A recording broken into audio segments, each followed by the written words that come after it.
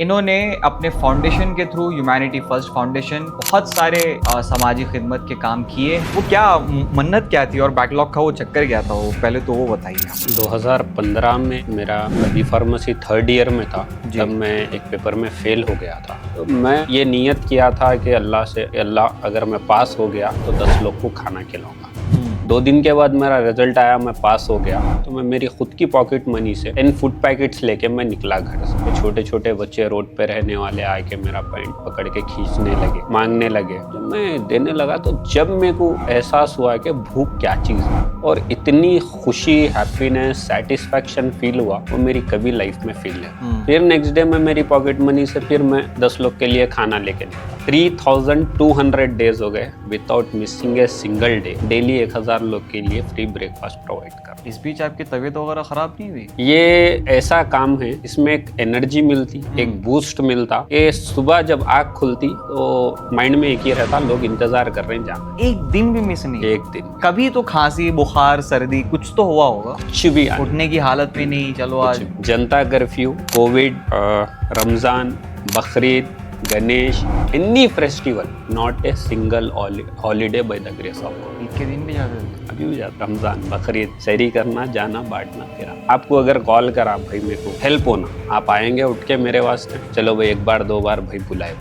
जब वही दूसरे गरीब की मदद करना है, किसी मजबूर की मदद करना है, तो क्यों? वैसे आप भी कमाई तो रहे हैं, आखिरत की कमाई है आपकी। ये और उसका तो अजर बहुत ज्यादा बड़ा है। ये सब जो जर्नी है, ये करने की वजह है मैं ना कर। सूरतुल इंसान की एक आयत भी है, उसका मफहूम ये है कि और वो लोग जिन्हें खाने की खुद ज़रूरत होती है वो खिलाते हैं मोहताजों को, कैदियों को, और फिर उनसे कहते हैं कि हमें तुम्हें शुक्रिया की ज़रूरत नहीं है, तुमसे कोई बदल नहीं चाहिए, हम तो महज अल्लाह की रज़ा के लिए तुम्हें खिला रहे हैं। और फिर अल्लाह अगली ही आयत में उनके लिए एक वादा भी करता है कि हम उनका चेहरा रोशन कर देंगे और उन्हें अता करेंगे रेशमी लिबास हो चुके। तो इंशाल्लाह वो दोनों चीज़ें आपका इंतज़ार कर रही होंगी। लाइक अभी तेलंगाना गवर्नमेंट आ जाए और रेवंत रेड्डी साहब आपसे कहें कि हम लोग एक इनिशिएटिव करते हैं और कोलैबोरेटिव एफर्ट रहेगा, ये फलाना प्रोजेक्ट है, मान लो इतने लोगों को खाना खिलाना है और हम आपके साथ कोलैबोरेट करना चाहते हैं, then you are open to it? और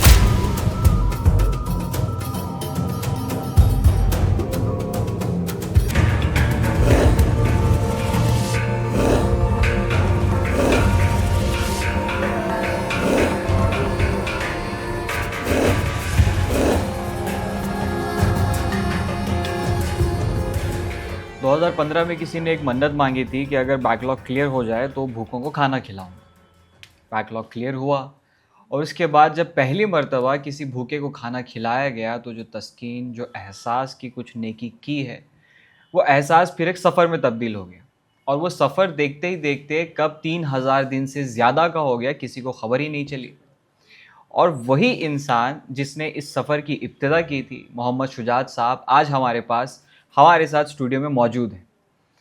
इन्होंने अपने फाउंडेशन के थ्रू, ह्यूमैनिटी फर्स्ट फाउंडेशन, बहुत सारे समाजी खिदमत के काम किए हैं और उसी प्रोसेस को, उसी सफ़र में इन्होंने क्या क्या चैलेंजेस फेस किए और एक एनजीओ के ज़रिए से अगर समाजी खिदमत का जज्बा लेकर आदमी आगे बढ़े तो फिर उसमें क्या क्या रुकावटें आ सकती हैं और उससे इस्तिफ़ादा समाज को क्या क्या पहुंचाया जा सकता है। इन्हीं चीज़ों पे बात होगी। सबसे पहले तो मैं बहुत बहुत स्वागत करता हूं सर आपका। शुक्रिया। होप आपकी तबीयत वगैरह सब ठीक होगी। अल्हम्दुलिल्लाह। वो क्या मन्नत क्या थी और बैकलॉग का वो चक्कर क्या था, वो पहले तो वो बताइए आप। 2015 में मैं बी फार्मेसी थर्ड ईयर में था, तब मैं एक पेपर में फेल हो गया था। तो वो एक ऑर्गेनिक केमिस्ट्री का ऐसा टफ सब्जेक्ट रहता बी फार्मेसी में, बहुत लोग को मुश्किल होती है उसमें पास करने के लिए। 2 से 3 बार अटेम्प्ट के बाद बहुत मेहनत करना पड़ा। उसके बाद रिज़ल्ट से 1-2 दिन पहले बहुत डरे हुआ था मैं। तो मैं ये नियत किया था कि अल्लाह से, कि अल्लाह अगर मैं पास हो गया तो 10 लोग को खाना खिलाऊंगा। 2 दिन के बाद मेरा रिज़ल्ट आया, मैं पास हो गया। तो मैं मेरी खुद की पॉकेट मनी से 10 फूड पैकेट्स लेके मैं निकला घर से। तो रास्ते में विंटर का टाइम था, रात के 10 साढ़े 10 का टाइम था। एक बूढ़ा रोड पे सो रहा था, ना उसके पास बिछाने के लिए कुछ था, ना उड़ने के लिए कुछ था। तो मैं उसको नींद में से उठा के पूछा कि भाई आप खाना खाए क्या? वो कहने लगा कि भाई मैं खा लिया। उसके बाद मैं बोला आप सुबह के लिए रख लो। वो पलटा के जवाब दिया, कल का अल्लाह मालिक है। तब मेरा माइंड इतना चलना शुरू हुआ कि हमारे पास सब कुछ रहते हुए हम कल की फिक्र में, फ्यूचर प्लानिंग में इतना स्ट्रेस में रहते, और ये बंदे को बिल्कुल फिक्र ही नहीं है। ये कुछ भी नहीं है इसके पास, रोड पे रहने वाला, सोने वाला। वो बोल दिया कि कल का अल्लाह मालिक है। फिर मैं आगे ऐसी सिकंदराबाद स्टेशन की तरफ देने के लिए निकला। वहाँ पे छोटे छोटे बच्चे रोड पे रहने वाले आके मेरा पैंट पकड़ के खींचने लगे, मांगने लगे। जब मैं देने लगा तो जब मेरे को एहसास हुआ कि भूख क्या चीज़ है, और इतनी खुशी, हैप्पीनेस, सेटिस्फैक्शन फील हुआ, वो मेरी कभी लाइफ में फील नहीं हुआ। तब मेरा इतनी खुशी के बाद मेरे जहन में ये बात आई कि फिर मेरे को ये करना है, नेक्स्ट डे कैरी ऑन करना है। फिर नेक्स्ट डे में मेरी पॉकेट मनी से फिर मैं 10 लोग के लिए खाना लेके निकला। हाँ, मैं फ़ोटोज़ ले लिया था तो मैं मेरे फैमिली ग्रुप में फॉरवर्ड किया। तभी मुझे एक थॉट आया कि हमारी लाइफ, हमारी ज़िंदगी जितनी भी है, हम अपने लिए कुछ कर रहे हैं। तो जब हम जॉब करते 30 डेज़ की हमको सैलरी मिलती, क्यों ना ये 30 डेज़ में से एक दिन की सैलरी आप चैरिटी में दीजिए। वाह। तो मेरे कज़न ब्रदर्स यूके में थे वो टाइम, तो मैं उनको मैसेज करके मेरे कज़न भाई को बोला, आप एक दिन की सैलरी कितनी है? तो उन्होंने मुझे पूछने लगे, तुम्हारे को क्यों, तुमको क्यों चाहिए? अभी ये सब ख्याल आएगा ही दिमाग में। तो मैं बोला, नहीं, मैं ऐसा ऐसा करना चाह रहा हूँ, आप बाहर गए, अल्लाह आपको इतना नवाजे, तो आप ऐसा एक दिन के लिए डोनेट करिए, मैं ऐसा गरीबों को खाना खिला दूँ। तो मेरे कज़न भाई मुझे फर्स्ट डोनेशन दिए थे 5000 रुपीज़। एक दिन की 5000 सैलरी थी? 5000 थी। बहुत ज़्यादा। अब वो पाउंड्स में कन्वर्ट करेंगे तो ज़्यादा हो। तो उन्होंने बोले चलो गुड कॉज के लिए एक 5000 रुपीज़। तो वहाँ से फिर मैं एक 100 पैकेट्स लेके फिर डिस्ट्रीब्यूट करना शुरू करा। फिर मेरे फैमिली ग्रुप्स में, मेरे व्हाट्सएप स्टेटस पे रखना शुरू करा मैं स्टेटस। ऐसी करते करते वीक में 2 to 3 डेज़ हम लोग डिनर प्रोवाइड करते थे साथ में मेरे कॉलेज फ्रेंड्स मिल के। उसके बाद ये जर्नी ऐसी चल रही है, मेरे कॉलेज में बात गई। फिर मेरे कॉलेज में लेक्चरर्स को मालूम हुई, मेरे क्लासमेट्स को मालूम हुई। तब मैं सुल्तान उलूम कॉलेज ऑफ फार्मेसी से पढ़ा। तो वहाँ पे अच्छा फाइनेंशियली स्टेबल रहे थे, पूरे फ्रेंड्स हुए अच्छे फाइनेंशियली थे। मैं ये बोला था कि भाई 30 रुपीज़ में एक बंदे को आप खाना खिला सकते हैं, लंच या डिनर। तो आप मिनिमम वीक में एक बार 30 रुपीज़ दीजिए, मैक्सिमम आपकी मर्जी। तो एक क्लास में 60 स्टूडेंट्स रहते हैं। वैसे B pharmacy first year, second year, third year, fourth year. अब बिलीव नहीं करेंगे, मेरे काम में इतनी बरकत हुई, वीक में 30 to 40,000 डोनेशन आता था। 30 to 40,000 वीकली। कोई 500 दिया, कोई 1000 दिया। फिर मेरे क्लासमेट्स, जूनियर, सीनियर जाके अपने घर में बोले तो उनके मदर्स, उनके फैमिली वाले भेजते थे। बट मेरा ये रूल था कि अगर फर्स्ट ईयर वालों की तरफ से मैं कर रहा हूँ तो वो क्लास के 2 से 3 बच्चे मेरे साथ चलना, उनके हाथ से खाना डिस्ट्रीब्यूट। ओके, वॉलंटियर्स की जरूरत भी पड़ेगी अगर उतना बड़े पैमाने पे। ट्रांसपेरेंसी भी कि भाई आपके क्लास के 2 बंदों को लिया, मैं करा, वो साथ में चले अपने हाथ से, वो पिक आपकी क्लास के ग्रुप में फॉरवर्ड हुई, कोई शको शुबा ना रहे। नहीं शुक्र, ट्रांसपेरेंसी। फिर उसके बाद 2015-16 ऐसी चला। 16 में मेरा बी फार्मेसी ग्रेजुएशन कंप्लीट हो गया। 16 के बाद मेरा बाहर जाने का कुछ इरादा नहीं हुआ। फिर यही सुल्तान उलूम कॉलेज ऑफ फार्मेसी में मैं फार्मडी, जिसको डॉक्टर ऑफ फार्मेसी बोलते हैं, उसमें मैं एडमिशन ले लिया। वो लेने के बाद उसमें क्या होता है, एक ही जैसा बी फार्मेसी से हम फार्मडी में एडमिशन लेते हैं, 8 सब्जेक्ट्स रहते हैं फर्स्ट ईयर में हमारे। उसमें से 4 कॉलेजी सब्जेक्ट्स रहते हैं, ड्रग रिलेटेड, बहुत ही ज़्यादा टफ हो जाता। इवनिंग में मेरे को टाइम नहीं मिल रहा था ये काम करने के लिए, बट थॉट ये था कि काम रुकना नहीं चाहिए, कुछ भी हो मेरे को काम कंटिन्यू करना है। अब अगर 365 डेज काम करूँगा तो मैं कैसा करूँ? तो मेरे पास ये ब्रेकफास्ट डिस्ट्रीब्यूशन का कॉन्सेप्ट था माइंड में, डिस्ट्रीब्यूट करते करते। इसमें क्या होता, ब्रेकफास्ट कभी भी हम देखेंगे लंच और डिनर की प्राइसिंग में ये बहुत ही लो बजट में बनता है। तो मैं क्या करा, होटल को ऑर्डर देके एक 5 kg रवे का उपमा कुक करा के मैं मेरी बाइक पे, एक्टिवा पे रख के नीलोफर हॉस्पिटल की तरफ गया। वो मेरी लाइफ का फर्स्ट एक्सपीरियंस था कि हॉस्पिटल में कैसा डिस्ट्रीब्यूट करते। बट वहाँ पे लेने वालों की तादाद, मेरे पास सिर्फ 5 kg था जिसमें आप 200 to 250 लोग को फीड कर सकते, बट वहाँ पे लेने वाले 600-800 थे। लेन की लेन लगेगी। बिस्मिल्लाह हुई 2016 नवंबर से मैं स्टार्ट किया, फिर एनजीओ रजिस्टर कराया। 3 महीने तो मैं मेरी बाइक पे लेके गया डेली सुबह। साथ ही रहते थे कोई? फ्रेंड्स रहते थे, फ्रेंड्स की सपोर्ट में लेके जाके मैं डिस्ट्रीब्यूट करके फिर वहीं से मैं कॉलेज जाता था रेडी। ये रोजाना का मामूल बन गया? रोजाना 2016 से अब 2025 चल रहा है, 3200 डेज हो गए without missing a single day.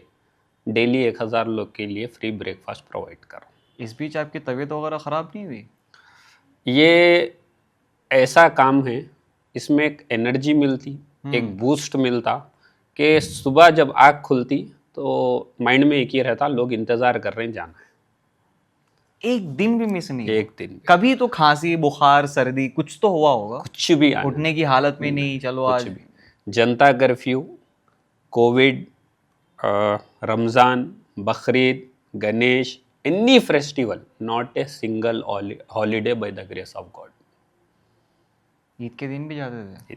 अभी भी जाता, रमज़ान बकरीद पूरा रमज़ान सैरी करना, जाना, बांटना, फिरा। और पूरी मेरा फैमिली के लिए 3 साल में भी मैं 3 जगह खाना बांट के कॉलेज जाता था, फिर वहाँ से इंटर्नशिप हॉस्पिटल जाता। इसमें मेरा एक सवाल है सबसे कि अगर मैं आपको बोलूं कि मैं रोज़ आपको 1000 रुपये देता हूँ, सुबह में 7 बजे मेरे साथ रहना सिर्फ 1 घंटा, अब कितने दिन आप छुट्टी लेंगे?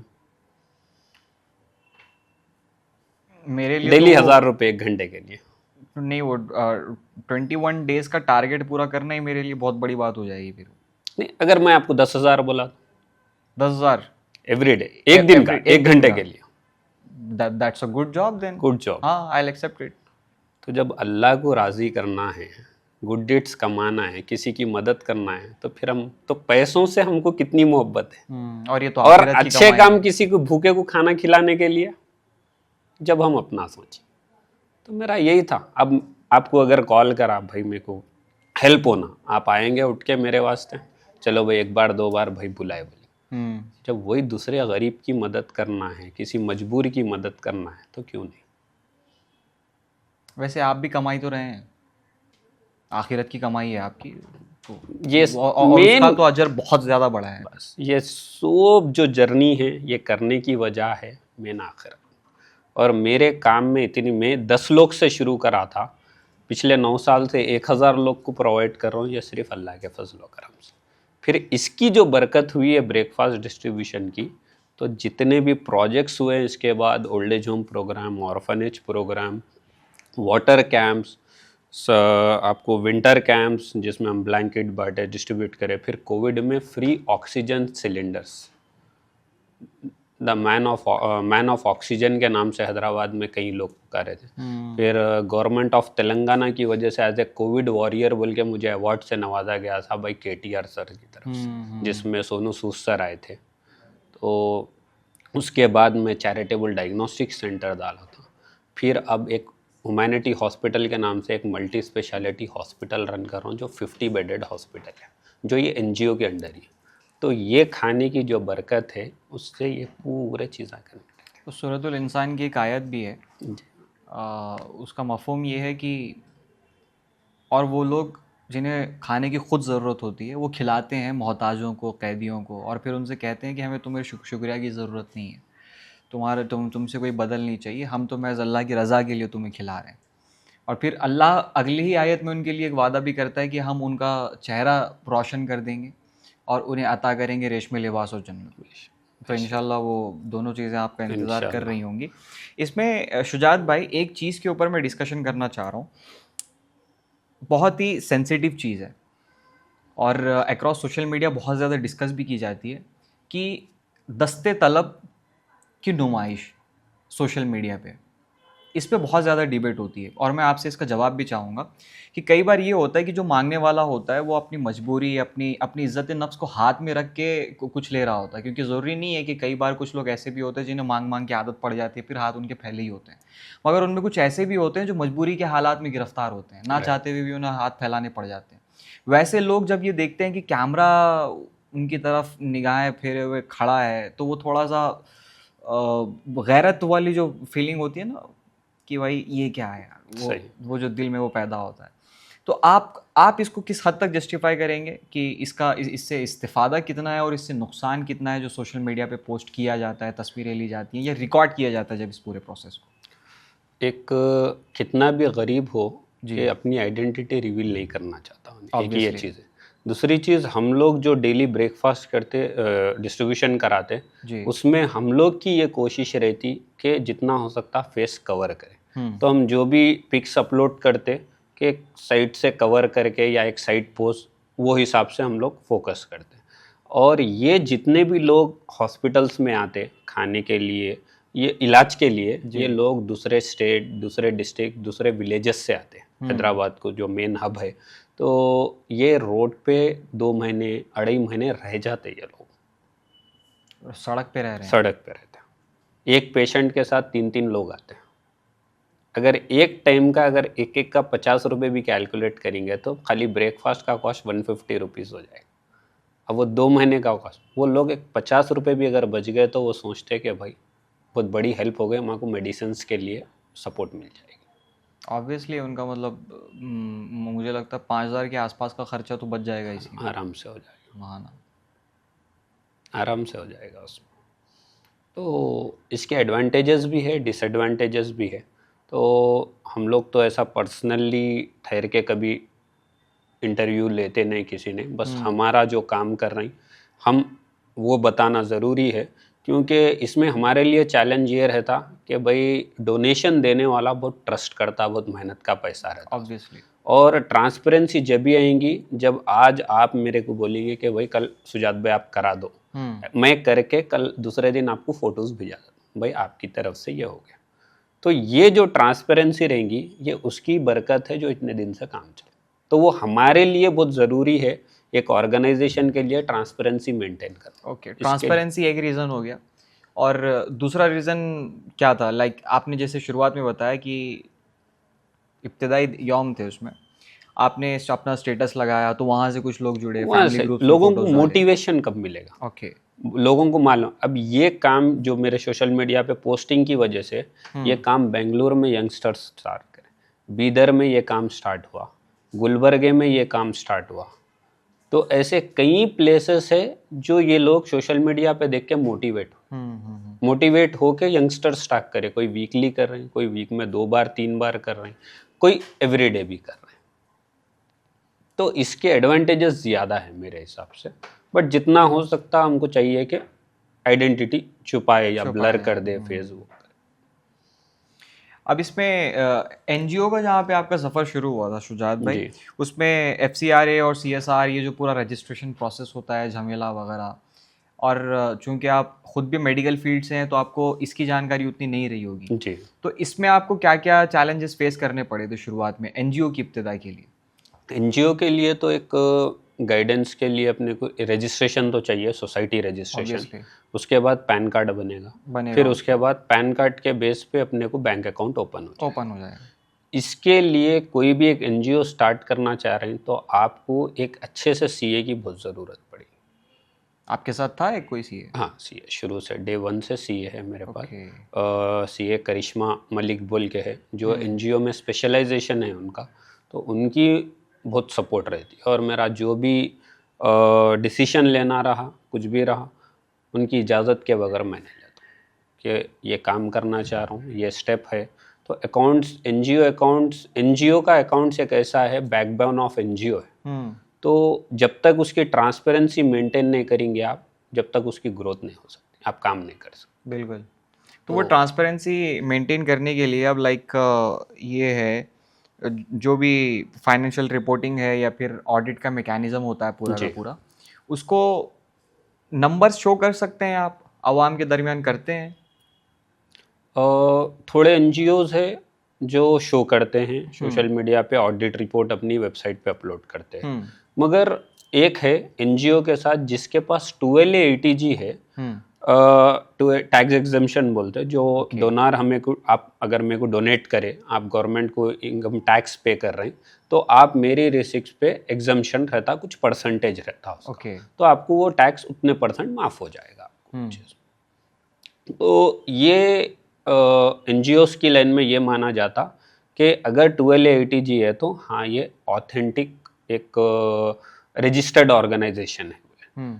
इसके एडवांटेजेस डिसएडवांटेजेस दोनों हैं। एडवांटेजेस इतना है कि आप कोई भी ट्रांजैक्शन कैश में नहीं कर सकते। कैश में नहीं हो सकता कोई? कैश में नहीं हो सकता। एक लिमिट है कैश की भी, not less than more than 10,000। हर चीज चेक से होना।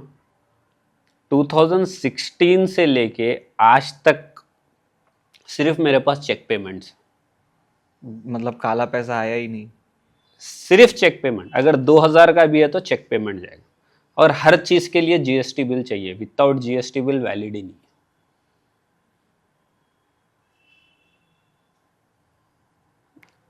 और जितना भी अकाउंट्स है, जितना भी ऑडिट रिपोर्ट है, एवरी ईयर आप गवर्नमेंट को सबमिट करना है कि यहाँ से पैसा आया, डोनर का डाटा, फिर हम पूरा कहाँ खर्चा करें, बैंक स्टेटमेंट्स के साथ, ऑडिट रिपोर्ट के साथ सबमिट करना है एवरी ईयर।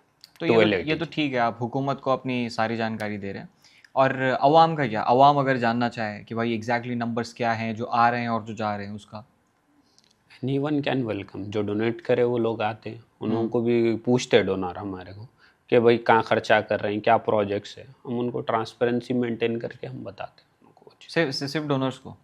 सिर्फ डोनर्स। अगर कोई आ गए, अभी तक तो कोई ऐसा हुआ नहीं इत्तेफाक, बट जो है all are welcome, not a big problem. क्योंकि ये थोड़ा सा संजीदा और नाजुक मामला है शुजात भाई। अक्सर हैदराबाद में तो एक टर्म चला हुआ है चंदा चोर नाम का, किसी को भी आजकल उपाधि मिल जाती है उस चीज़ की, और कहीं ना कहीं ये चीज़ होती भी है। खैर, जज करना तो आजकल बहुत आसान हो गया है, मगर उसके बरक्स भी ये इट्स लाइक बिजनेस बन चुका है कई लोगों के लिए।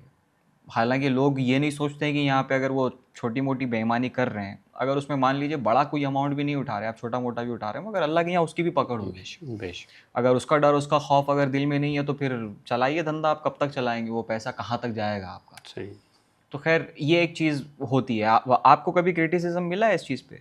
नहीं, कभी नहीं, कभी नहीं? अल्हम्दुलिल्लाह कभी नहीं। ओके। एक चीज़ है कि जब तक आपकी नीयत साफ है और पब्लिक को सब समझ में आता है कि उसकी बॉडी लैंग्वेज, उसका काम, ये हर चीज़ समझ में आ जाता है कि ये बंदा सच है, दिखावा कर रहा है, उसका इंटेंशन क्या है। अगर आप मेरे पास आएंगे तो आप मेरे से बात करेंगे, मेरे साथ बैठेंगे या मेरी वीडियो भी देखेंगे, तो ये पब्लिक को समझ में आता है कि ये क्या कर रहा है। तो ये अल्लाह की तरफ से एक है, हर एक को एक आइडेंटिटी के वह हाँ है नहीं, नाम के लिए, शोहरत के लिए, पैसों के लिए, फेम के लिए, तो ये समझ में आता है। तो अब जब तक अपना इंटेंशन साफ है, अल्लाह जिससे काम लेना है ले लेते समझे। अभी जैसे वो आपने एक पूरा प्रोसेस गिनवाया था कि क्या बताया था आपने? एनजीओ अगर ETG है क्या? एक तो सोसाइटी रजिस्ट्रेशन, फिर ओके। पैन कार्ड, फिर 12A ATG। 12A ATG। और आपका वो है अभी ऑर्गेनाइजेशन? हाँ, 12A ATG। ओके। तो इससे एक बात तो साफ है कि पॉलिटिशियंस आपके पास नहीं आते होंगे? नहीं, जब तक एक काम ऐसा है, देखिए अब मेरा काम जो है ये अल्लाह की रज़ा के लिए, तो अल्लाह की रज़ा के लिए मतलब अपना काम करो और चलते बनो, ना किसी को क्रिटिसाइज करिए, ना किसी के नाम पे जाइए। और जब तक मैं आपको कुछ बोलूँगा नहीं तो आप पलटा के मैं कुछ नहीं बोलेंगे। मेरा काम करिए, मैं मेरा काम करता हूँ, मैं मेरे रास्ते पे ख़त्म। तो क्रिटिसाइज ही क्यों होगा? नहीं, वो तो ठीक एवरीवन सब सपोर्ट में आएंगे। हाँ, एग्जैक्टली, वो तो ठीक है। मगर आजकल कई सारे नेता हमारे, उन लोगों को तस्वीर की भूख होती है कि वो लोग दिखाएं कि देखो तुम्हारा नेता भी कुछ कर रहा है। तो अक्सर कोई आया होगा, उसने कहा होगा देखो ये अमाउंट ले लो और थोड़ा सा तस्वीर में घुसा देना। नहीं, कभी ऐसा नहीं, कभी ऐसा नहीं हुआ, नहीं कभी नहीं हुआ आज तक। अच्छा, पॉलिटिशियंस डोनर्स हैं आपके? नहीं, नहीं है? नहीं, एक भी नहीं। पॉलिटिक्स से कुछ लेना देना ही नहीं है फिलहाल? दूर दूर तक नहीं है, अल्हम्दुलिल्लाह। होता तो होगा ऐसा कि किसी कोई पॉलिटिशियन आज तक आप लेते नहीं है या आया ही नहीं है आप तक? नहीं, मेरे पास आए नहीं, ऐसा कुछ कभी इत्तेफाक हुआ नहीं। हाँ, कभी अगर ज़रूरत भी कभी पड़ी नहीं मेरे को, तो ऐसा कुछ वास्ते नहीं। मैं मेरा काम करते हुए, हाँ अगर कुछ ज़रूरत पड़ी, कुछ है तो रेडी टू सपोर्ट। हाँ, कुछ टाइम पे मेरे को ज़रूरत पड़ी, अगर मैं कॉल करा तो कोई ना कोई सपोर्ट कर देते फॉर माई कॉज। लाइक अभी तेलंगाना गवर्नमेंट आ जाए और रेवंत रेड्डी साहब आपसे कहें कि हम लोग एक इनिशिएटिव करते हैं और कोलैबोरेटिव एफर्ट रहेगा, ये फलाना प्रोजेक्ट है, मान लो इतने लोगों को खाना खिलाना है और हम आपके साथ कोलैबोरेट करना चाहते हैं, then you are open to it और मोस्ट वेलकम। काम के लिए एनी टाइम रेडी है, उसमें कोई प्रॉब्लम नहीं है।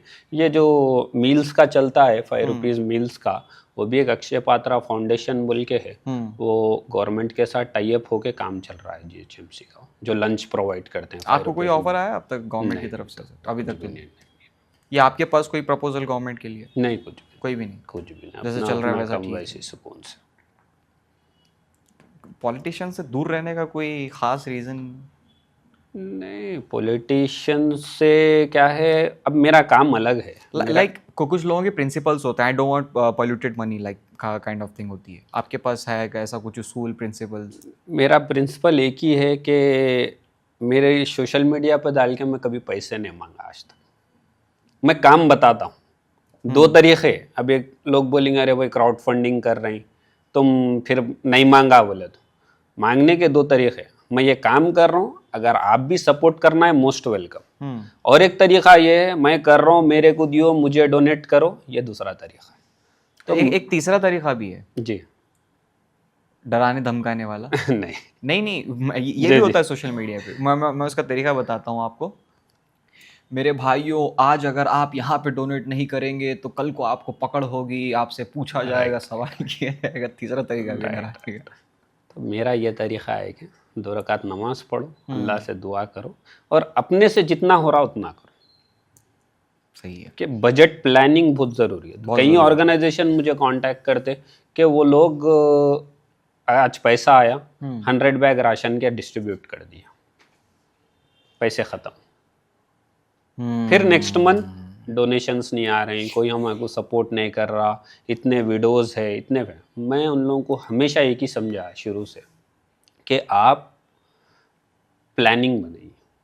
अगर आपके पास 300 बैग राशन का अगर बजट है तो उसको एवरी मंथ 30 बैग्स में कन्वर्ट करिए, 1 साल तक चलेगा। फिर 1 साल के बाद आपको जनरेट होगा। स्लो, एक ही दिन में नहीं हो सकता। और ऑब्वियसली ये चीज़ भी है कि एनजीओ का मतलब ये है कि काम मुनज़्ज़म अंदाज में हो, वरना फिर सोशल वर्कर और एनजीओ के जो एम्प्लॉयज़ है दोनों में फिर डिफरेंस नहीं रहेगा, कुछ भी नहीं रहेगा वो चीज़ में। तो बजट प्लानिंग बहुत ज़रूरी है ये चीज़ में। और कभी भी अपने से जितना हो रहा करो, फिर अपन सुकून से, ज़्यादा बर्डन भी मत डालिए, बल्कि सुकून से चला। सही है। तो अभी कोई इंटरनेशनल डोनर? नहीं, मेरे पास उसके लिए FCRA होना पड़ता। मेरे पास FCRA परमिशन नहीं है। अच्छा, हालांकि पूछना नहीं चाहिए, बट स्टिल अब तक कितनी बड़ी कीमत किसी एक आदमी ने ऐसे ला के टेबल पे रख दी है कि ये लो, ये मेरी तरफ से? नहीं, मेरा एक कॉन्सेप्ट है इसमें कि अगर मुझे डोनेशन के लिए कॉल आता कभी भी, तो मैं उनसे रिक्वेस्ट करता हूँ कि आप पहले ब्रेकफास्ट डिस्ट्रीब्यूशन पे आइए।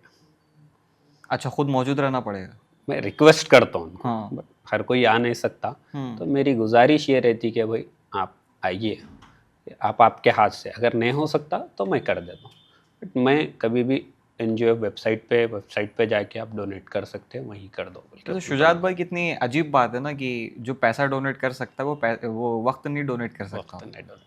उसके लिए वो चीज़ मुश्किल हो जाती है। हालांकि जो वक्त दे पाते हैं उनके लिए पैसा थोड़ा सा मुश्किल होता है। लाजिम और मलजूम नहीं है एक दूसरे के लिए। तो आप ऐसे नंबर नहीं शो कर सकते? कोई एक बड़ा अमाउंट जो अब तक किसी ने दिया हो?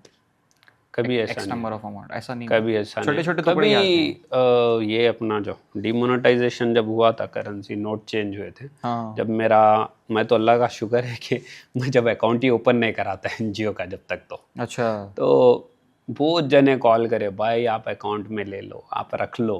हालांकि अकाउंट ही नहीं है मेरे पास। तो ऐसे बहुत आ जाते रहते, बट कभी अल्हम्दुलिल्लाह। वैसे NGO is the easiest way to convert black to white, ये चीज़ तो है। No, it is not easy. Easy तो नहीं है, इतना है कि चैलेंजेस है, लोग रिस्क लेना है लेते होंगे, अपने को तो उसका आइडिया नहीं है, समझे।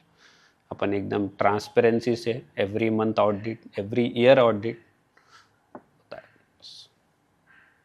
बाज़ाब्ता अब आपने सीए रखा है तो ऑब्वियसली पाई पाई का हिसाब तो पाई होगा पाई ही। का हिसाब। हॉस्पिटल कैसे शुरू हुआ था, और इसमें एक जो चीज़ है, जो थॉट लेके आपने हॉस्पिटल भी ओपन किया कि कॉर्पोरेट सर्विस और एकदम हाफ बजट में ना, लो राइट बजट में जी। कॉर्पोरेट सर्विस मिले लोगों को, तो ये बिल्कुल फ्री क्यों नहीं हुआ, बिल्कुल मुफ्त क्यों नहीं हुआ? पहले तो पहला सवाल आपका जो था जी। कि जैसे ही मैं ब्रेकफास्ट डिस्ट्रीब्यूशन का बताया, उसमें एक थोड़ा सा डिटेल बताना चाह रहा हूँ कि ब्रेकफास्ट डिस्ट्रीब्यूशन 3 हॉस्पिटल में कर रहा हूँ मैं, जो Koti maternity Koti maternity hospital, hospital, Niloufer hospital, NIMS NIMS hospital. तो हॉस्पिटल। डेली 3 जगह रहता, 1000 लोग के लिए। ये डिस्ट्रीब्यूट करते करते वहाँ पे हफ्ते में 2 से 3 बार सुबह में कोई हमें प्रिस्क्रिप्शन ला के देता गया था, दवाई दिला दो, लैब इन्वेस्टिगेशन करा दो, या कुछ दिला दो। तो ये चीज़ रेगुलर चलते चलते जहन में ये थी बात कि क्यों ना चैरिटेबल डायग्नोस्टिक सेंटर स्टार्ट करें। तो वो कॉन्सेप्ट से HFF, humanity first foundation charitable diagnostic centre के नाम से बरकतपुरे में स्टार्ट किया था। 1 साल रन किया। उसके बाद मेरा जो आइडिया था कि एरिया वाइज क्लिनिक ओपन करो, कि 50 रुपीज़ क्लिनिक हर एरिया में with lab service, sample collection. But वो वर्कआउट नहीं हुआ मेरे से, क्योंकि मैनेज बहुत मुश्किल हो जाता है इसमें। ये एरिया क्लिनिक का थॉट कहीं केजरीवाल साहब से तो नहीं लिया था आपने? नहीं नहीं, आई थिंक ये वो तो अपना उसी था साल वो। के अराउंड भी वो चल रहा जी था, जी जी। एरिया क्लिनिक का तो दिल्ली। अपना एरिया क्लिनिक, उसमें से एक तो पब्लिक को हेल्प हो जाएगी 50 रुपीज़ में ट्रीटमेंट। बट जब एरिया क्लिनिक हम स्टार्ट करेंगे, उसमें सिर्फ सर्दी, खांसी, बुखार और एक जनरल IV ग्लूकोस के अलावा और कुछ नहीं कर कुछ सकते। नहीं कर सकते। अगर अब हम 10 सेंटर्स करेंगे तो फिर उतना ही सर्दी, खांसी, बुखार तक रह जाएंगे। तो 2-3 जनों से एडवाइस लेके बजट प्लान करके हॉस्पिटल का आया, क्योंकि एक ही सेंटर में सभी डिपार्टमेंट, जैसा डेंटल का इरादा था, फिजियोथेरेपी, स्कैन, फिर अपना गायनिक, जनरल। उसके बाद ये हॉस्पिटल का इनिशिएटिव लिया मैं। तो 2021 में स्टार्ट किया था काम, 22 दिसंबर में इनॉग्रेशन हुआ इसका, समझिए। तो ये ह्यूमैनिटी हॉस्पिटल जो है, नो लॉस नो प्रॉफिट के बेसिस पे चल रहा है, क्योंकि ये हॉस्पिटल पब्लिक फंड से ज़रूर बना, बट रन करने के लिए कोई डोनेशन नहीं।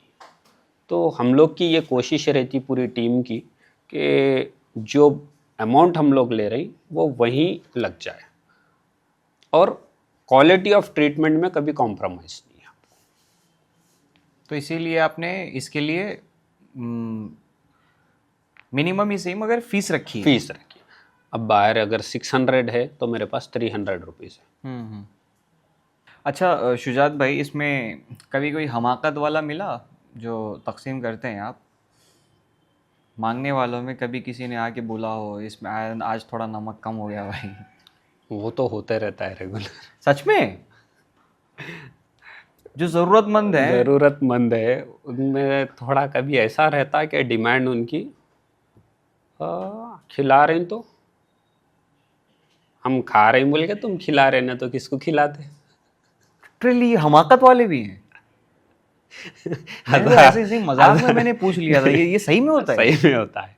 आज नमक कम है, जरा टेस्ट सही नहीं आ रहा, ठीक है, कल होटल को बोल के सही करा दो। होता है ये भी होता है। अच्छा, आप इस पे नरमी से जवाब दे रहे हैं आप? देना पड़ेगा, वरना काम अल्लाह की रज़ा के लिए, अपने लिए नहीं है। ना आपकी जगह कोई और होता ना, खाना है खाओ नहीं तो निकलो यहाँ से। वो ज़रूरी है, क्योंकि नबी करीम सल्लल्लाहु अलैहि वसल्लम की हदीस है कि तुम भाई के लिए वही पसंद करो जो अपने लिए पसंद करते। तो ये जो उपमा भी बनता है, आप देखेंगे असली घी में बनता है। वाह। उसमें असली घी डाला जाता है। तो जो होटल में मैं खाता हूँ, जो क्वालिटी का मैं खाता हूँ, वही खिलाना पसंद। क्वांटिटी कम रहने दो, बट चीज़ अच्छी है। और मैं खुद वहाँ ठहर के खाता हूँ, कभी टेस्ट करता हूँ। ऐसा नहीं कि मैं किसी को खिला दे रहा हूँ कि भाई मैं नहीं खाता, नहीं, मैं खुद वहाँ ठहर के खाता हूँ, सबके साथ टेस्ट करना है। किसी होटल के साथ टाई अप है, रोज़ाना एक ही जगह से आता है? हाँ, एक ही जगह से आता है। जैसा हम किसी दिन छुट्टी नहीं लेते, वो भी उनसे भी अल्लाह काम ले रहे हैं, वो भी एक दिन भी छुट्टी नहीं लेते। उनके घर में इंतकाल हुआ किसी रिश्तेदार का, तो बोला मैं कुछ और होटल से लेके बांटता हूँ, बोले तो फजर में जनाजे नमाजा पढ़ाए, 7 बजे मेरे को खाना भेज दिया। माशाल्लाह। मैं खुद शौक हो गया वो चीज़। नमाज जनाजा पढ़ा के फूड प्रिपरेशन में फूड लग गए सीधे प्रिपरेशन कि नहीं आप भेजे, बांटना है। नहीं आप छुट्टी नहीं लेते, हम भी छुट्टी नहीं लेते। वाह। तो वो लोग भी मेरे साथ एक स्टार्टिंग में थोड़े 1-2 जगह से आया था, तकरीबन वो भी 7-8 साल से साथ में हैं वो लोग, काम कर एक ही जगह से आ रहा हूँ, नॉट ए सिंगल हॉलीडे। अच्छा, इसमें डोनेशन सिर्फ हैदराबाद से ही ले रहे हैं आप या बाहर किसी और मकामात से भी? All over India, all over जो इंडिया। सोशल मीडिया पे देखते कोई भी वेबसाइट पे जाके डोनेट करते समझिए। ओके। तो लाइक इसमें हैदराबादी लोगों का क्या मिजाज रहता है बेसिकली एनजीओज में? क्योंकि नुक्ताचीनी है थोड़ी सी, या नहीं खुले दिल से डोनेशंस आते हैं हैदराबाद से नहीं भी बहुत? अल्हम्दुलिल्लाह, हर कोई ये काम, मैं जैसा स्टार्ट में भी बोला, नीयत मैटर करती है, मैटर करती, बिल्कुल। तो आप यकीन नहीं करेंगे, पब्लिक में जब स्टेटस लगाता हूँ कि मेरा आई कांटेक्ट कहाँ पे है वो तक पब्लिक नोट करती है, कि मैं चेहरा देख के दे रहा हूँ या नीचे मुंडी करके दे रहा हूँ, या मैं मुस्कुरा के डाल रहा हूँ या मैं मुंह जला लेके डाल रहा हूँ। एक सुबह 6:30 की नींद में से उठ के जाना, 300-400 आदमी की एक हॉस्पिटल की लाइन, अब मैं सीरियस पहले काम पे फोकस जल्दी जल्दी डाल के हटाना है सबको। अब मेरे को कोई कमेंट करते, ज़रा स्माइल करते हुए भी डाल सकते हैं ना, बोला नहीं आप एक बार आइए। जब आके उन्होंने डाले तो उनको समझ में आया नहीं, वो जो 300-400 आदमी ठहरे वहाँ पे मुस्कुराहट की नहीं, पहले जल्दी जल्दी डिस्ट्रीब्यूट करके। तो इंटेंशन मैटर्स, कि आप क्या नीयत से कर रहे हैं, उसमें अल्लाह की बरकत आएंगी, तो ये काम चल रहा है। क्या कमेंट आया था? थोड़ा मुस्कुरा के परोसा कीजिए, स्माइल करते हुए सर्व करिए। सोशल मीडिया पे रिसीव किया था आपने ये कमेंट या ऐसे face to face? Social media पे भी आते हैं, पर्सनल भी आते हैं। सोशल मीडिया पे अगर कुछ मेरे वीडियोस में जो ज़्यादा व्यूज़ है उसमें जाके देखेंगे, तो उसमें कमेंट आया था मेरे को कि ये तो थूक जिहाद कर रहा है। थूक जिहाद? थूक जिहाद, कहीं ये थूक के तो ना खिला रहा है, ज़रा चेक करो। हालांकि आपका जो इंटेंशन है, आज तक आपने ना किसी की शक्ल देखी, ना किसी का मजहब देखा, ना रंग नस्ल देखी, उस पर भी इस तरह के कमेंट्स? कई क्या बोलते, कुछ थूक जिहाद या उपमा जिहाद या हंगर जिहाद, ऐसे आते रहते कमेंट्स, रेगुलर चलते रहते हो। 1000 में 10 कमेंट्स समझिए ऐसे भी रहते। खैर उतनी तो नेगेटिविटी खैर रहेगी, वो तो उसका कोई इलाज नहीं है। वो तो नहीं है वो चीज़।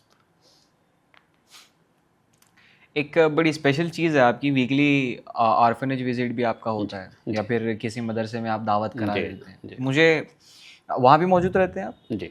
मुझे वहाँ का बताइए कि बच्चों के चेहरे पे क्या खुशी रहती है कि भाई आज तो पार्टी है, क्या ये कैसा माहौल होता ऑर्फनेज है? में तकरीबन एक AKM ऑर्फनेज बोल के काचीगुड़े में है, वहाँ पे मैं तकरीबन 2015 से जाता हूँ। जब रजिस्ट्रेशन तो 16 में कराया, काम मेरा 15 में स्टार्ट हुआ था, 15 से वहाँ पे जाता हूँ। वहाँ की एक क्या बोलते वाइब अलग है, वहाँ की दुनिया ही अलग है। जब आप बच्चों से मिलेंगे या बच्चों के साथ बैठ के खाएंगे, तो मेरा एक है वहाँ से टाई अप कि मैं बच्चों की पसंद पूछ के लेके जाता हूँ। मैं मेरी मर्ज़ी से ना, मैं कॉल करता हूँ, बच्चों से इतना कनेक्टेड हूँ कि बच्चे बोलते हैं आज सुजात भैया आ रहे, बोले तो आप अपनी पसंद का, तो उनके लिए नूडल्स लेके जाता हूँ, उनके लिए फ्राइड राइस लेके जाता हूँ, उनके लिए रोटी चिकन 65 लेके जाता हूँ, उनके लिए गुलाब जामुन लेके जाता हूँ। जो बच्चे बोले हो, मैं मैनेजमेंट को बीच में नहीं आना बोल देता, तो मैनेजमेंट भी कुछ नहीं बोलता। मैं बच्चों को ठहर कर पूछता हूँ क्या होना आप लोगों को, नहीं आज ये लाओ भैया, तो ठीक। तो रमज़ान में पूरे बच्चे रोज़ा रहते हैं वहाँ पे, पूरा 60-70 बच्चे जो भी है पूरे रोज़ा रहते हैं, जिसमें से आपको 8 ईयर्स से लेके 16 ईयर्स तक के बच्चे मिलेंगे, बच्चे बच्चियाँ दोनों भी। तो अल्हम्दुलिल्लाह अपन पूरा महीना सहरी प्रोवाइड करते हैं एवरी नाइट जाके। तो उनकी वहाँ के पसंद शुजात भैया हैं आप? बस आगे तो बस है वहाँ पे हैप्पी वहाँ का। तो अभी जो रेगुलर 365 डेज में हम लोग एवरी फ्राइडे तो कैसा भी रहता है, और फिर कोई स्टेटस देख के रिक्वेस्ट करते कि भाई हम ये दिन करा दो, किसी के नाम से करा दो, सब आपके लिए खिला दो। तो ये रेगुलर चलते रहता है। इसी अगर देखेंगे तो हफ्ते में 3 से 4 बार तो आराम से होता है अरेंजमेंट ऑर्फनेज में। बच्चों के साथ बड़ा अच्छा रिलेशनशिप है आपका, मतलब बहुत ज़्यादा, बहुत अलग वाइब। आपकी अपनी शादी हुई अब तक? हाँ, 1.5 साल पहले मेरी शादी हुई। और बच्चे वगैरह अब तक? एक है, एक बेटे साहब, सही। 8 महीने के हैं ना। अभी तो छोटे हैं मतलब। हाँ, 8 महीने के। हाँ, तो उनकी परवरिश भी जब इसी माहौल में होगी ना, इंशाल्लाह। और यही इंटेंशन रहेगा, इंटेंशन तो खिदमत वही, खल्क करो। बेशक बेशक। एक चीज़ है, मेरे को बहुत मीडिया वाले भी सवाल करे, बहुत लोग सवाल करते। मैं एक इंसिडेंट शेयर करना चाहूँगा कि मेरे को एक रिश्ता आया था, बाहर का था। तो मेरी फैमिली जॉइंट फैमिली है, तो बहुत प्रेशराइज करे थे कि आप बाहर चले जाओ, लाइफ सेट हो जाती। बहुत ज़्यादा प्रेशराइज हुआ था। तब मैं ये बोल दिया था कि मैं किसी भी हाल में नहीं जा सकता। मेरे को ये, अगर मैं गया तो ये मेरा काम बंद हो जाता। जब तो सिर्फ ब्रेकफास्ट डिस्ट्रीब्यूशन था मेरा, कॉलेज लाइफ की बात है मेरी, मतलब मैं नहीं जाता। भूखे तो शायद वहाँ भी मिल जाते हैं। कहाँ पे बोल रहे? वहाँ पे यूके पे कहाँ मिली? बट ये काम अल्लाह जब मेरे से काम ले रहे तो ये सब बंद करके छोड़ के क्यों जाऊँ मैं? नहीं गए? नहीं, अल्लाह नहीं, अल्लाह यहाँ पे मैं कुछ भी कर लूँगा, बट मैं नहीं जाता। अच्छा, जो मोहतरमा थी उन्हें यहाँ रुकना भी मंजूर नहीं था? नहीं, उनकी एक थी कि डिमांड वो वहीं पे वहाँ आना। मैं जो रिश्ता लाए थे उनकी शर्त थी कि मैं वहाँ आना, बोला नहीं आ सकता, आप इधर आ जाओ, मैं कर लेता, मगर वहाँ नहीं आता। अच्छा हुआ नहीं गए आप। तो मेरा काम ये था। उसका रीज़न ये है कि कल अगर आप मई मर गए तो क्या लेके जाएंगे? आमाल अपने, सिवाय उसके कुछ भी नहीं। नाम, फेम, नेम, प्रॉपर्टी, दौलत, शोहरत, सब सिर्फ अपने गुड डीड्स, अपने अमल, दो ही चीज़, बस। सब छोड़ के जाना। यही चीज़, यही इंटेंशन की वजह से 9 साल से काम चल। उसके बाद जो आपकी शादी हुई, अभी आपकी जो अहलियाँ हैं, उनको कभी कोई शिकायत नहीं होती? ये सुबह सुबह चले जाते हो रोज़, किसी एक दिन रुक जाओ? उन्होंने तो उठा के भिजाते हैं मेरे। वाह, बहुत सही जगह शादी हुई है तब। मैं बता के भूल के किया था कि ये मेरा काम है, this is my first priority, मेरा काम। तो वो साथ भी चलते हैं, वो भी डिस्ट्रीब्यूट करते हैं। हाँ, माशाल्लाह, क्या बात। शहरी में तो वो तकरीबन पूरा महीना मेरे साथ चलते हैं ऑर्फनेज। बहुत सपोर्ट है, कभी कोई काम के लिए कोई ऑब्जेक्शन नहीं, एवरी टाइम हर चीज़ के लिए support. Social work means your first, करो और करो आप। और एक तो चीज़, इस खातून में एक फितरी तकाजा भी होता है, अल्लाह ने नेचुरली बिल्ड भी की है कि इमोशनल भी होती हैं, सेंसिबल भी होती हैं, बाय बर्थ वो चीज़ बिल्ड है। तो आप ऑर्फनेज की अगर आप बात बता रहे हैं तो बच्चों से तो उनको तो एक अलग ही शफकत होगी। अरे भाभी आ गए बोले तो ख़त्म, यहाँ तक कि उनको वीडियो कॉल करके बात करते हो। माशाल्लाह, बच्चे भाभी से बात करो बोल के, तो एक कनेक्शन है, समझे वो चीज़। तो अल्लाह ने आपको एक फिर फैमिली भी दी है इससे ना, क्योंकि वो अल्लाह के रसूल की हदीस भी है कि अगर कोई एक यतीम के सर पे दस्ते शफकत भी रख दे, बेश, कोई मदद नहीं की, कुछ भी नहीं, बस खाली ऐसे ही हाथ रख शफकत दे। से हाथ भी रख दिया सर पे, तो जितने बाल हैं उतने गुनाह माफ़ हो गए। बेश, आप तो फिर कमा रहे हैं शुजात भाई, अल्लाह लवा के काम कमा ले रहे हैं रहा है, आखिरत के लिए। अल्हम्दुलिल्लाह। खैर, अब इसमें जो नए एस्पायरिंग हैं लोग, जो चाह रहे हैं एनजीओ फील्ड में या फिर खिदमत खल्क किसी तरह से करना चाह रहे हैं, जी, उनके लिए आपका क्या मशवरा रहेगा? पहली चीज़ मेरी रिक्वेस्ट ये रहेंगी कि आपका प्योर इंटेंशन क्या है, अल्लाह की रज़ा या सेल्फ बेनिफिट या नेम, फेम या कोई ज़ाती मफाद। एक चीज़ दिमाग में रख लेना चाहिए कि सामने वाला कोई भी बेवकूफ़ नहीं है, बिल्कुल। पब्लिक हर चीज़ समझ में आती। तो जब आपको ये है कि इंटेंशन के मेरे को कुछ सोशल वर्क करना है, कुछ करना है, तो इसमें आप एक लीगल ओपिनियन लीजिए, लीगल तरीके से जाइए और कभी भी बड़ों की एडवाइस पे काम करना। मेरे पास एक एडवाइजरी कमेटी है, जो भी मैं काम करता हूँ मैं मेरी मर्जी से नहीं करता। इनिशिएटिव मैं लाया हूँ कि मेरे को हॉस्पिटल बनाना है, बट एक 4 बड़ों को रख के, जिसमें सीनियर मीडिया पर्सन रहते, सीए रहते, लॉयर रहते, सोशल वर्कर्स रहते, जो सेंसेबल हाँ सही एडवाइस देते, उनको ला के मैं पहले जगह बता के उनसे एडवाइस लेके अप्रूवल ले। तो इसमें क्या होता, अपन से कभी गलती नहीं हो सकती। अपने से बड़ों के जब राय मशवरा करेंगे, आप एडवाइस लेंगे, तो ये ज़रूरी है। तीसरी चीज़ ट्रांसपेरेंसी और बजट प्लानिंग। और सोशल वर्क में मेरी ये रिक्वेस्ट है सबसे कि आप मेरे को जो पसंद है वो मत करिए।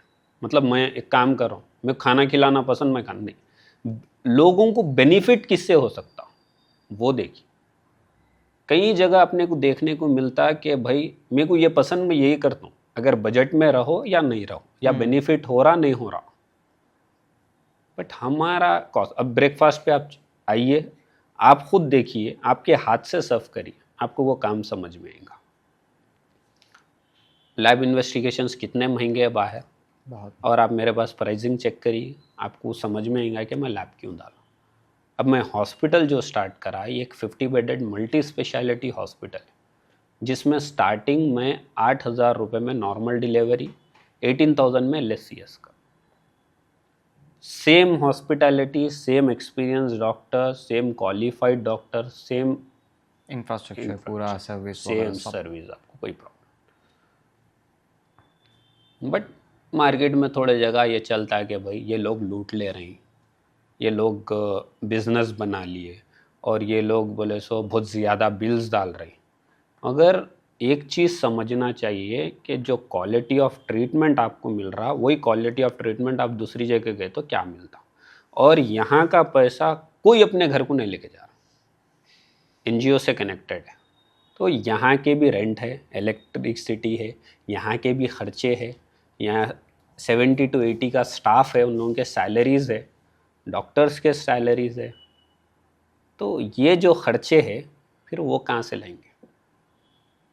बट दिन रात अल्लाह गवाह है, दिन रात यही इंटेंशन, यही कोशिश रहती कि पब्लिक को कैसा हम बेनिफिट कर सकते, कम से कम में कितनी अच्छी सर्विस दे सकते। ओके। अल्हम्दुलिल्लाह 2.5 साल था ये चल रहा है हॉस्पिटल।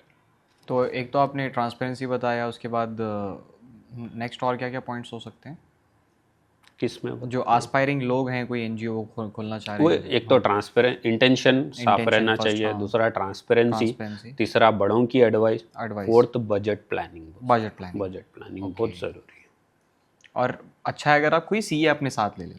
बहुत ज़रूरी है। विदाउट सीए एडवाइस तो मत करिए। और कभी भी गलती से भी 1 रुपये भी पर्सनल अकाउंट में मत लीजिए। ट्रस्ट के अकाउंट में ही हो सारा पैसा। ट्रस्ट में ही आना, ट्रस्ट से ही जाना, नो पर्सनल ट्रांजैक्शंस। बस आपके दिल को इतना सुकून रहना कि आप रात के 3 बजे आके मेरा कॉलर पकड़ के पूछेंगे कि सुजात भाई ये पैसा कहाँ खर्चा करे आप, तो आप पैसा निकाल के बताना कि देखो भाई मैं यहाँ खर्चा। आज भी मेरे फ़ोन में, अभी भी मैं आपको निकाल के बताता हूँ, 2016 से चेक है मेरे पास रखे आज भी, जो होटल्स को मैं पे करा, जीएसटी बिल्स के साथ है फ़ोन में।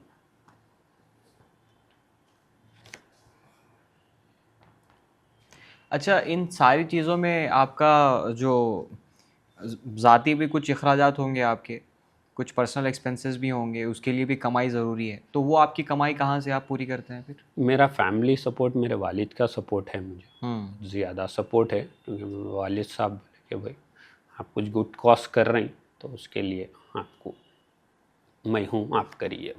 वालिद साहब का आपका पर्सनल इनकम सोर्स नहीं है कुछ भी? support। नहीं पर्सनल कहीं से नहीं कमा रहे हैं आप? नहीं। कभी तो आया होगा दिल में कि यार कब तक वालिद के खर्चे पे, कभी अभी एक अपना कुछ काम भी शुरू कर देता हूँ साथ में। नहीं, इसमें अल्लाह चुन लिया अब अपने को, तो हुआ तबाह चल रहा है।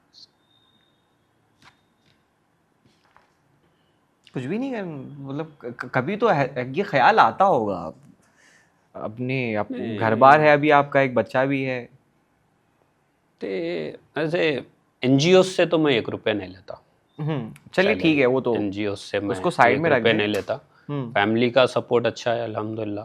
फिर उसके साथ एज ए हॉस्पिटल से मैं एज ए स्टाफ के तौर पे लेता हूँ ओके। एक मिनिमम। हम्म। मतलब आ रही है ना आ सैलरी रहा कहीं है से? सब। एक टिपिकल क्वेश्चन जो स्कूल में बच्चों से भी पूछा जाता है और शरारत में भी पूछ लेते हैं लोग, एक दिन का प्राइम मिनिस्टर अगर आपको बना दिया जाए, क्या करेंगे आप? क्या क्रांति लाएंगे? पहले तो मैं बनना ही नहीं चाहूँगा, चलिए, हमने क्योंकि जबरदस्ती मैं बना दिया आप। क्योंकि मैं ये काम से मेरे काम से इतना खुश हूँ कि मुझे चाहिए नहीं प्राइम आपको मिनिस्टर एक क्यों देश बनूं। के प्रधानमंत्री की सीट मिल रही है, बहुत कुछ कर सकते हैं आप उससे। मेरे को बनना ही नहीं है सर। द नहीं, रीजन इज, सोशल सर्विस का काम हो सकता है उससे भी कई सारा। तो सोचिए, कुछ तो करेंगे एक दिन के लिए, पीएम बने तो। तो 3 से 4 चीज़ों पे काम करना चाहूँगा। एक तो गरीबी पे, ओके। दूसरा भूख पे, हम्म। तीसरा एजुकेशन। गरीबी, भूख, एजुकेशन, एक दिन में। कुछ ना कुछ तो करूँगा मैं कि परमानेंट सोल्यूशन के भाई क्वालिटी ऑफ एजुकेशन। अब जैसा हम खुद हेल्थ केयर में काम कर रहे हैं तो उसको और डेवलप करना और मॉडिफाई करना, वो चीज़ में अमीरों का चल जाएगा, गरीब के लिए स्पेशल। तो 3 चीज़ें आपने बताई, एक तो गरीबी, एजुकेशन और हेल्थ केयर। हेल्थ केयर पे। हेल्थ केयर किया जा सकता है एक दिन में? कोशिश कर सकते हैं। अच्छा, आप शुरुआत से ही ऐसे हैं, सिंपल, सोबर, शांत, एकदम धीमा लहजा, विजडम वाली बातें? शुरू से ऐसी रिजर्व, मेरे ज़्यादा फ्रेंड्स नहीं हैं। मेरा पहला फ्रेंड एक था जो 5th क्लास से 10th तक हम लोग साथ में पढ़े, इंटर साथ में पढ़े, ग्रेजुएशन में साथ पढ़े, फार्मडी में भी साथ में थे वो? बी फॉर्म तक साथ में था। ओके। तो ऐसा कोई ग्रुप्स ज़्यादा नहीं पसंद। इंट्रोवर्ट हैं आप? इंट्रोवर्ट एकदम 1 to 1। अभी इंटर में शहबाज बोल गया, इंटर से साथ में है और आज तक साथ में है। एज ए वो बैकबोन बोल सकते हैं मेरा, कि हर चीज़ में कदम से कदम मिला के। शहबाज इंटर भाई, से शहबाज तो उनका एक सपोर्ट रहा है। बहुत बड़ा सपोर्ट उनके है और अलावा कौन सा ऐसा ग्रुप है, कौन से लोग आपके इर्द गिर्द अब तक आपसे जुड़े हैं, जिनका आप कह सकते हैं कि अगर ये लोग ना होते तो ये काम शायद मुश्किल था चलना? ये हॉस्पिटल जिसके गाइडेंस पे बना, जो एडवाइस पे बना, उनका नाम ज़रूर लेना चाहूँगा, डॉक्टर वसीम साहब के नाम से। Doctor Waseem? Doctor Waseem. Okay. तो ज़ीरो से लेके पूरा सेटअप, गाइडेंस, सपोर्ट, वो बहुत सपोर्ट करे। ओके। उसके साथ ही साथ शहबाज का बहुत सपोर्ट, और शहबाज आज भी है मेरे साथ अल्हम्दुलिल्लाह। अल्लाह उनसे भी काम ले रहे हैं बहुत चीज़ों में। तो वो बंदा एक ऐसा है कि अभी अनमैरिड है, 3 दिन तक घर को नहीं जाता वो। आप ही के साथ? आई मीन, मैं अगर रात में घर भी चले गया, वो हॉस्पिटल में उतना फोकस करते हैं। वाह। हर अच्छे में बुरे में साथ में है, और भी दोस्तों की टीम है, तो एक और लोग भी है जुड़े हुए, बट ये शुरू से साथ में है, सो वालों में ही है। और आपके वालिद और आपकी अहलिया को तो क्रेडिट देना ही पड़ेगा आपको। माँ बाप का सपोर्ट ऐसा है मेगू कि अगर मेरी हिफाजत की दुआ वो दिन रात करते बैठते हैं कि मैं ज़रा भी अगर वर्कलोड ज़्यादा हो गया, सुस्त हो गया, तो वालिद साहब वालदा देख के क्या हुआ, कुछ परेशानी, कुछ टेंशन, अगर मैं बोला कुछ ऐसी परेशानी आ गई, तो वालदा फौरी जानी माज बिछा के दुआ करना शुरू। तो माँ बाप के सपोर्ट से ही यहाँ तक, दुआ का नतीजा है समझिए। और भी चाहने वाले, काम की बरकत ऐसी है कि हर कोई आते, हर कोई सर पे हाथ रख के दुआ दे के जाते, कि हर कोई एक ही बोलते कि भाई अल्लाह आपकी हिफाजत करे। बस दुआओं का ही नतीजा है जो हिफाजत में है, अल्लाह का। चलिए शुजात भाई, एक आखिरी पैगाम जो आप इंसानियत के नाम कोई देना चाहें? यंगस्टर्स को बोलना चाहूँगा मैं कि कई कॉलेजेस वाले मुझे बुलाते हैं, और इंजीनियरिंग कॉलेजेस, स्कूल्स, तो वहाँ पे भी ये बात रखता हूँ, आपके प्लेटफॉर्म से भी ये रिक्वेस्ट करूँगा यंगस्टर्स के लिए कि अपने लिए तो सभी जीते, दूसरों की मदद करके जीना असल ज़िंदगी है। और अपने माँ बाप अपने को पढ़ाए लिखाए, इतना स्ट्रगल करे, तो एक वक्त आता वो लोग को प्राउड फील कराने का। तो और हर एक बंदे के अंदर, हर शख्स के अंदर कुछ ना कुछ स्पेशलिटी रहती, कुछ ना कुछ अल्लाह कुछ ना कुछ स्पेशलिटी दिया। आप में कुछ है, आप एंकरिंग कर रहे हैं, आपका वो टैलेंट है जैसा मैं नहीं कर सकता, मेरे में कुछ है वो आप नहीं कर सकते। तो वो अपने टैलेंट को पहचानना है और वो चीज़ को यूटिलाइज करना है। शर्त यह है कि खिदमत खल्क के लिए इस्तेमाल हो, या फिर एनी कॉस्ट, एनी कॉस्ट। आप ज़रूरी नहीं है कि सोशल वर्क ही करें, आप कोई भी प्रोफेशन में जाएं, अपना ज़िंदगी का 10% हिस्सा सोशल वर्क के लिए निकालें। आप फुल कॉरपोरेट में जॉब करिए, सैलरी 10% निकालिए। आप कुछ कर सकते, जैसा मंथ में एक दिन सोशल कॉज के लिए निकालिए एज ए वॉलंटियरी वर्क। तो इंटेंशन, आपका इंटेंशन ये रखिए अल्लाह आपसे कैसा भी काम ले लेते। तो एक वक्त आता प्राउड फील कराने का, तो उस पर अपने को मेहनत करना। चलिए शुजात भाई, बहुत मज़ा आया आपसे बात करके और बहुत कुछ सीखने को भी मिला। और अभी भी कई सारे थॉट्स चल रहे हैं दिमाग में, लाइक, क्योंकि आप जो कर रहे हैं वो बहुत बड़ी चीज़ है, बहुत बड़ा थॉट है, क्योंकि अपनी अपनी ज़िंदगी में हर कोई मसरूफ़ है। अपनी खुद की ज़ाती ज़रूरियात ख्वाहिशात में आदमी इस तरह गिरफ़्तार है कि किसी बगल में जो आदमी मौजूद है उसके हालात क्या हैं, कभी ये जानने की भी फ़ुर्सत हम लोगों को नहीं मिलती। ज़िंदगी में इतने मसरूफ़ है हर कोई, उसमें आप ऐसे में जो काम कर रहे हैं बहुत बड़ी चीज़ है। अल्लाह आपके काम में और बरकत दे। मैं तो चाहूँगा कि और सारे और मज़ीद लोग आपके काम के साथ जुड़ें। और खैर, आपके काम की हौसला अफजाई हो या ना हो, ये कारवां जारी रहे, ये सफ़र और बढ़े, और होगा इंशाल्लाह एक दिन ये बहुत बड़ा कारवां में तब्दील होगा भी ये। जी। आप लोग बताइए कि आपको ये एपिसोड कैसा लगा। कमेंट सेक्शन में अपने तासुरात, अपने ख़यालात, अपना फ़ीडबैक रखना ना भूलें। और शुजात भाई का पर्सनल इंस्टा अकाउंट भी है और इनके फाउंडेशन का पेज भी है, ह्यूमैनिटी फ़र्स्ट फाउंडेशन के नाम से। आप वहाँ जा कर के भी उसे फॉलो कर सकते हैं। और साथ ही में अगर ये काम जो है आपको जेन्युइन लगता है, आपको लगता है कि हाँ ये मुस्तहिकीन तक पहुँच रहा है, जो लोग डिज़र्व करते हैं उन लोगों तक पहुँच रहा है, अगर आपको भरोसा है शुजात भाई पे, तो आप अपनी तरफ से जो भी डोनेशंस वगैरह जो लोग करना चाहते हैं वो लोग भी कर सकते हैं। If you want to participate, it's up to you. अगर कुछ जानने को मिला, कुछ सीखने को मिला, तो अपने दोस्तों के साथ शेयर भी कर देना ये एपिसोड। सब्सक्राइब नहीं किया अब तक तो ये गलत बात है, सब्सक्राइब भी ज़रूर कर लेना। और बहुत ज़्यादा अच्छा लगे एपिसोड तो एक लाइक बटन भी कर देना। बाकी मिलते हैं अगले एपिसोड में। ऐसी ही दिलचस्प बातों के लिए बने रहिए सोशल स्फीयर के साथ।